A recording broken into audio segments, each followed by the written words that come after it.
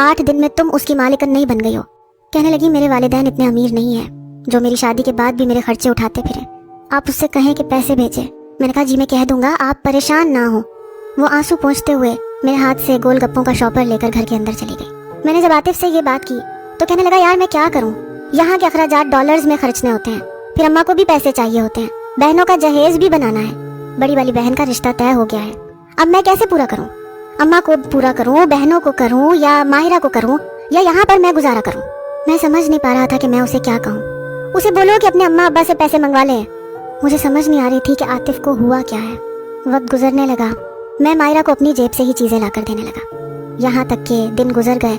Delivery के वक्त भी माहिरा ने मुझे ही कॉल की, कहने लगी कि आतिफ की वालिदा और बहनें मुझे हॉस्पिटल नहीं ले जा रही, इसलिए खुदा के लिए आप आ जाएं। मैंने अपनी छोटी बहन को साथ लिया और उसको लेकर हॉस्पिटल ले आया। माहिरा ने एक बहुत प्यारी बेटी को जन्म दिया था।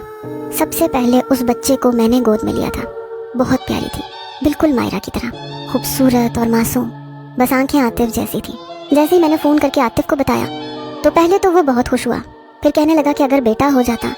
मैंने कहा ना शुक्री मत करो, बेटी खुदा की रहमत होती है। कहने लगा ठीक है, मुझे उसकी तस्वीरें भेजो। मैंने उसकी बहुत सारी तस्वीरें खींच कर आतिफ को भेजी। बहुत खुश था, कहने लगा कि ये तो बहुत प्यारी है, काश मैं वापस आ सकता। फिर कहने लगा हसनैन इस बच्ची का नाम तुम रखो। मैंने उसे कहा अरे मैं क्यों रखूं, तुम उसके बाप हो, तुम्हें उसका नाम रखना चाहिए। कहने लगा लेकिन मेरी ख्वाहिश है कि उसका नाम तुम रखो। मैंने उस बच्ची का नाम मरियम रखा था। 2 दिन माहिरा को मेरी बहन ने ही संभाला था, सारा खर्चा मैंने किया था। जब वो पूछने लगी कि हॉस्पिटल के बिल आपने कैसे पे किए हैं तो मैंने कहा कि मुझे आतिफ ने पैसे भेजे थे। कहने लगी मुझसे तो बात तक नहीं करता। मैंने कहा आप उससे क्यों लड़ती हैं, मैं आपसे बात करवा देता हूँ। मैंने आतिफ को कॉल की और माहिरा से बात करवा दी। वही शिकवे शिकायतें, रो रो के बस यही कह रही थी कि वापस आ जाओ आतिफ। इस बात को 2 माह गुजर गए। इस 2 माह में आतिफ की कोई खैर खबर नहीं थी। माहिरा भी बेहद परेशान थी।